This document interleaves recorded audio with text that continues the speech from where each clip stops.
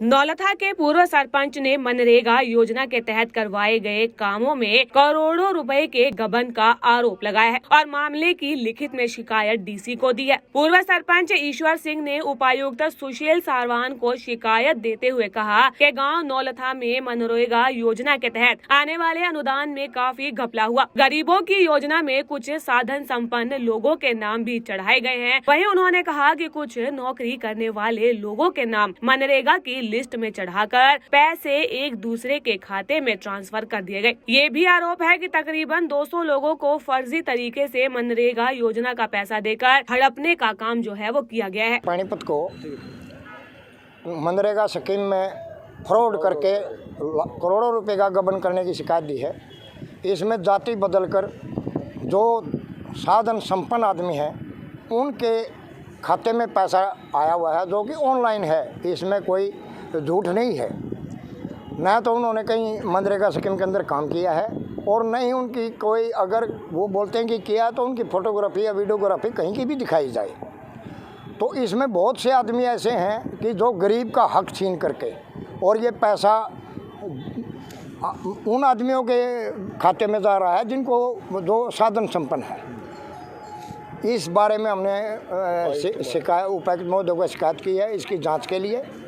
दूसरा, जो सरकार द्वारा जिन स्कीमों में पंचायत में पैसा दिया गया है या पंचायत फंड है जिसमें एफडी 50 लाख की शामिल है, या माननीय कृष्ण पवार जी ने जब मंत्री थे तो पैसे की भरमार करी है गांव में, अगर उस पैसे का भी 50% भी अगर सरपंच ग्राउंड में लगाया हुआ दिखा दे तो हम उसको ईमानदार सरपंच मानेंगे, क्योंकि काम नहीं हुआ।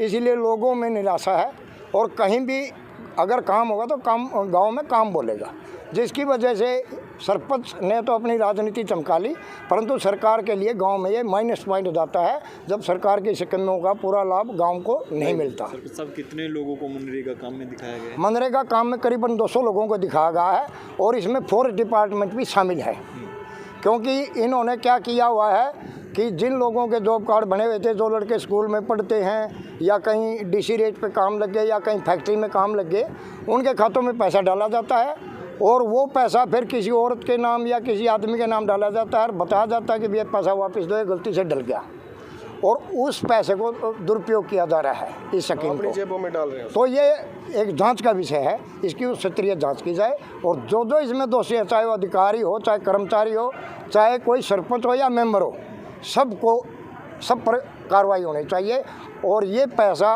ब्याज समेत वापस होना चाहिए। इनके खिलाफ FIR होनी चाहिए ताकि भविष्य में किसी गरीब का हक छीन करके किसी अच्छे आदमी की पॉकेट में ना जाए। जांच हो तो कितना पैसा हो सकता है? जांच होगी तो मेरे ख्याल में करोड़ रुपए से ऊपर जाएगा, 1 करोड़ से ऊपर जाएगा।